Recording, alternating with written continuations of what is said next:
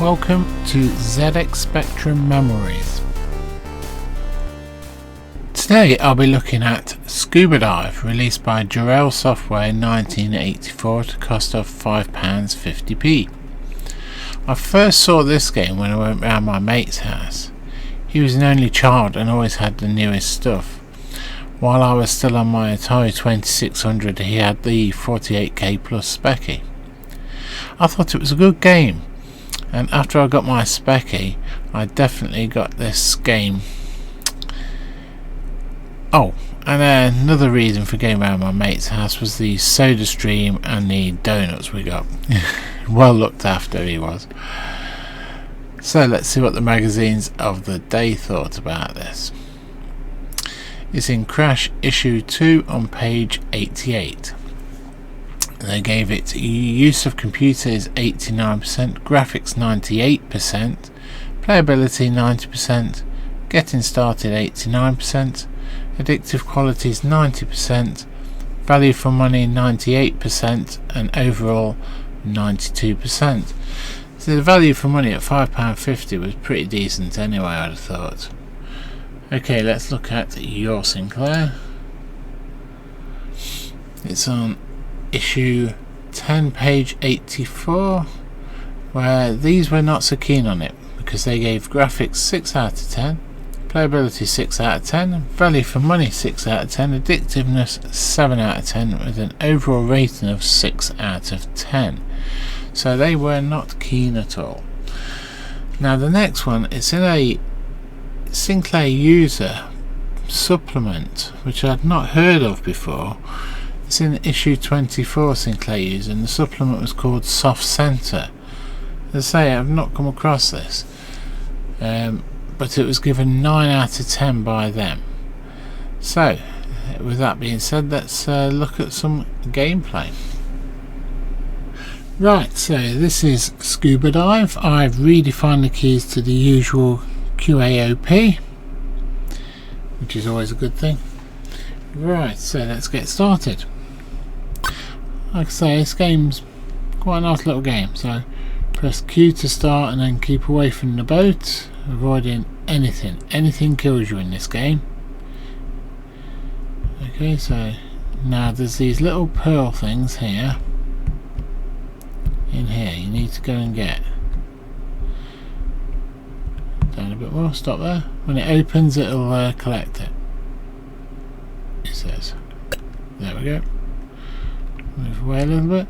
Now you hold this, but you don't get to keep it until you get back to the boat. So anything you collect is in your held bit. Oh, and if you hit the floor there, it's not good. So quickly get away from it. So you have an oxygen and a depth gauge, and obviously you got your lives. Okay. Right, so we've got, of course, when you actually hit the floor, you drop everything. So I'll show you. Your boat moves as well, so your boat's obviously in a different place to where it was, and you can get run over by your own boat, which is not a good thing, like I say. But yeah, I'd say it's nice, the animation in the on the sharks and the all sorts of aquatic life. So let's go and investigate further down. So there should be somewhere a giant sort of octopusy thing, which there it is. Right, and this blocks you going down to the next level, and you have to time it perfectly, which is not that easy, I'm afraid. I need to not go that go. Let's try and there we go. And away we go. So down here, they get, as you go lower, things get more valuable, but obviously you're further away from the top and you've got less and less oxygen. Oh, can't believe that caught me.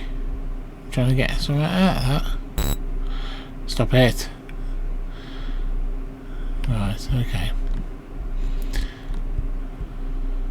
Okay, away we go.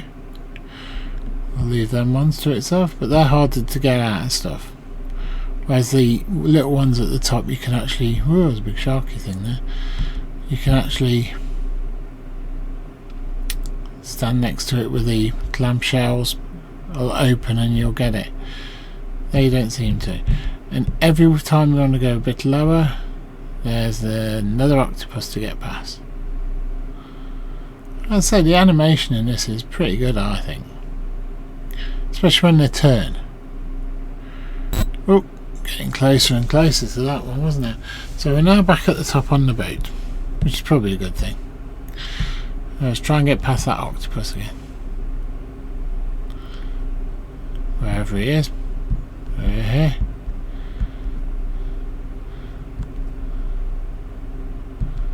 Yeah, I was fascinated by this game when I first saw it at a friend's house, when I used to go around his house on his 48k plus, and I was fascinated by it. It was an intriguing little game.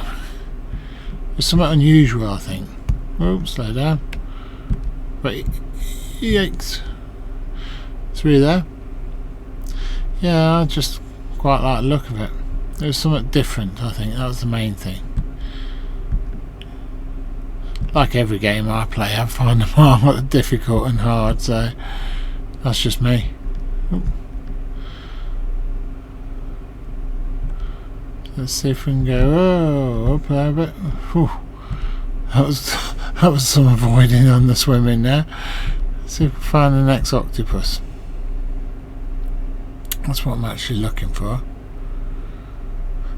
I don't know if the map actually stays the same on this or changes. I think we might have gone the wrong way. Yep, so all that way for nothing. Let's sneak back this way. Yeah, I think the map actually stays the same. So there's probably somewhere like in the tip shop you can get a map of where everything is, which would be handy. Whoops, there's that fish again. I swear that's the same one. Doing some quickly swimming around to avoid that.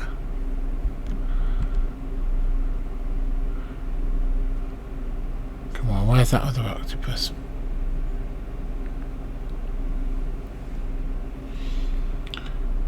And we'll see if we can sneak past the next one. Oops, there's another fish here. I'll go up here a bit. There's a squiggly line thing. That's an eel or something, I'm sure it is. Come on, where's that octopus? Ah, here we are, look. I can tell. Right, slow down, slow down. Getting too excited, here we go.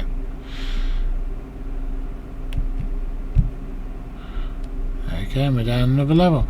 So yeah, you can go through, once you get to this sort of level, there's like little cave areas you can explore, which make it more difficult because you're going through smaller areas, especially if any fish or eight turn up. But in some places there is oxygen tanks as well. I don't know who put them there, but like I say, I've got a bit of oxygen stuff, but I don't know if this cave is going to lead to anything apart from a squiggly fish thing that's going, oh, go away. He got me. And back to the top. So yeah, but no, it's a fun little game. I quite enjoy it. It's just a nice game. So, but let us know what you think if you've played it, if your first time you've seen it, maybe, I don't know. But yeah, leave us a comment, and if you can like, subscribe and hit the bell notification for further videos, that'd be great. And I'll leave it at that and see you next time. Thank you very much.